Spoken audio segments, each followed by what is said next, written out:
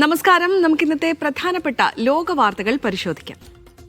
ആദ്യമായി തന്നെ Trump Netanyahu കൂടിക്കാഴ്ചയിലേക്കാണ്. അമേരിക്കൻ പ്രസിഡന്റ് ഡൊണാൾഡ് ട്രംപും ഇസ്രായേൽ പ്രധാനമന്ത്രി ബെന്യാമിൻ നെതന്യാഹുവും തമ്മിൽ വൈറ്റ് ഹൌസിൽ നടത്തിയ കൂടിക്കാഴ്ച സമാപിച്ചിരിക്കുകയാണ്.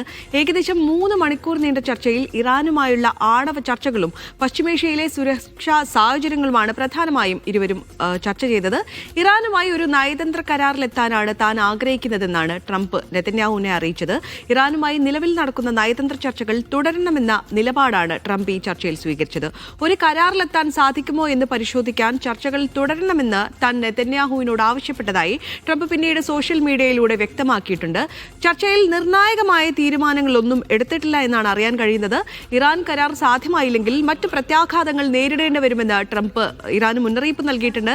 എന്നാൽ ചെറിയ ആക്രമണത്തിന് പോലും വ്യാപക തിരിച്ചടി ഉറപ്പാണെന്ന് അമേരിക്കയ്ക്ക് ഇറാനും മുന്നറിയിപ്പ് നൽകിയിട്ടുണ്ട്. ഇനി ബംഗ്ലാദേശിലേക്കാണ്. നമുക്കറിയാം, ബംഗ്ലാദേശ് വിധി എഴുതുകയാണെന്ന്. രാവിലെ 7:30 തന്നെ വോട്ടിംഗ് ആരംഭിച്ചിട്ടുണ്ട്. വൈകിട്ട് 4:30 വരെ വോട്ട് രേഖപ്പെടുത്താം. കനത്ത സുരക്ഷയാണ് ബംഗ്ലാദേശിലെ ഈ തെരഞ്ഞെടുപ്പുമായി ബന്ധപ്പെട്ട് ഒരുക്കിയിരിക്കുന്നത്.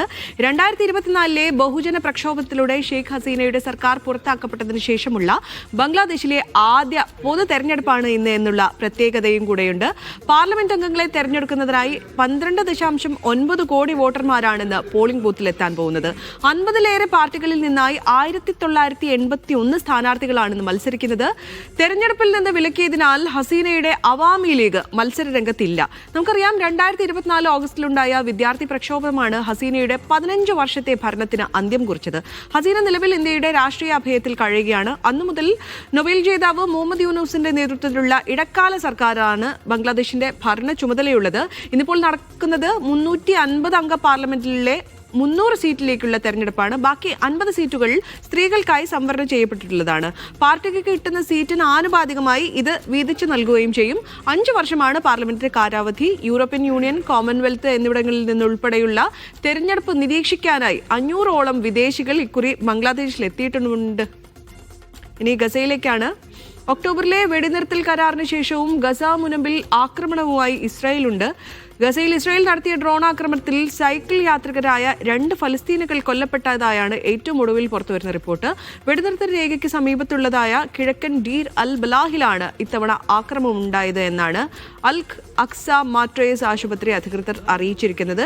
മഗസി അഭയാർത്ഥി ക്യാമ്പിൽ ഇസ്രായേലി വെടിവെപ്പിൽ കൊല്ലപ്പെട്ട ഒരു സ്ത്രീയുടെ മൃതദേഹവും തങ്ങൾക്ക് ലഭിച്ചതായി ആശുപത്രി അധികൃതർ പറഞ്ഞിട്ടുണ്ട്. വെടിനിർത്തൽ ലംഘനം ഉണ്ടാവുകയോ അല്ലെങ്കിൽ സൈനികർക്കു നേരെ ആക്രമണം ഉണ്ടാവുകയോ ചെയ്താൽ പ്രതികരിക്കുമെന്നായിരുന്നു അവർ നേരത്തെ പറഞ്ഞത്. എന്നാൽ ഈ 2 ആക്രമണങ്ങളെ കുറിച്ചുള്ള ചോദ്യങ്ങൾക്കും ഇസ്രായേൽ സൈന്യം ഇതുവരെയും പ്രതികരിക്കാൻ തയ്യാറായിട്ടില്ല. വെടിനിർത്തൽ ആരംഭിച്ചതിന് ശേഷം 586 ഫലസ്തീനുകൾ കൊല്ലപ്പെട്ടിട്ടുള്ളതായി ഗസ ആരോഗ്യ മന്ത്രാലയം കഴിഞ്ഞ ദിവസം അറിയിച്ചിട്ടുണ്ട്. ഇസ്രായേൽ ആക്രമണം ആരംഭിച്ചതു മുതൽ മൊത്തം 72,037 പേർ കൊല്ലപ്പെട്ടതായി മന്ത്രാലയം അറിയിച്ചിട്ടുണ്ട്. ശരി, ലോക വാർത്തകളാണ് ആരതി പങ്കുവച്ചത്. Thank you Aarathi.